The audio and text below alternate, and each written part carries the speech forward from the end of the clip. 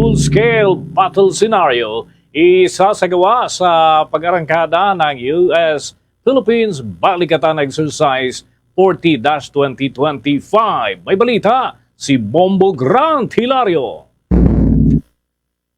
Nakatakdang isagawa ang full-scale battle scenario sa sinimula ng ika-40 balikatan exercise sa pagitan ng Pilipinas at Estados Unidos, kung saan nakalatag na ang mga gaganaping pagsasanay hindi lamang sa isang partikular na battle testing kundi pati na rin sa iba pang mga mahalagang battle domain. Ayon sa mga inihayag ni Armed Forces of the Philippines Chief of Staff General Romeo S. Browner Jr., ang isasagawang balikatan exercise ngayong taon ay saklaw maging ang air, land, sea, space at cyber battle testing. Layon raw kasi nitong mas mapaunlad at mapalakas pa ang kaalaman at kahandaan ng mga kasundaluhan ng dalawang bansa sa pamamagitan ng pagkakaroon mismo ng aktwal na pagsasanay. Maalala na isinagawa lamang kahapon ang pagbubukas o pagsisimula ng naturang pagsasanay sa dalawang bansa na tinataya namang tatagal ng higit 15 araw na aabutin hanggang sa susunod na buwan ng Mayo. Across the vibrant expanse of Luzon,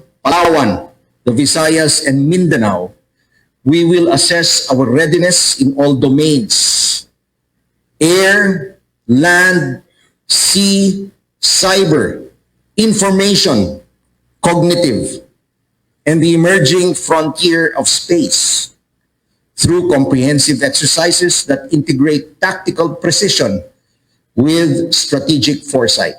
Samantala, sa ibinahagi namang mensahe ni Major General Francisco F. Lorenzo Jr., ang Balikatan Exercise Director ng bansa, aniya, ang pagsasanay na ito ay hindi lamang sa sentro sa matagal ng alyansa at pagkakaibigan ng bansang Pilipinas at Estados Unidos, kundi ipinaliwanag niya na ang ika-40 balikatan exercise ay layon ding ipakita at ipamalas ang determinasyon ng bansa sa pakikipag-ugnayan o collective ability ng mga estado sa pagprotekta ng national interest. Ani pa niya, pati ang pandaigdigang kapayapaan ay isa rin sa mga focus ng pagsasanay ngayong taong kasalukuyan. The heart of Balikatan lies not only the strength of our alliance, but also the determination to enhance our collective ability to defend our respective national interests and contribute to global peace. This year, we will focus on a comprehensive approach that encompasses full battle testing, the continued operationalization of the archipelagic defense concept, and the refinement of our territorial defense strategies.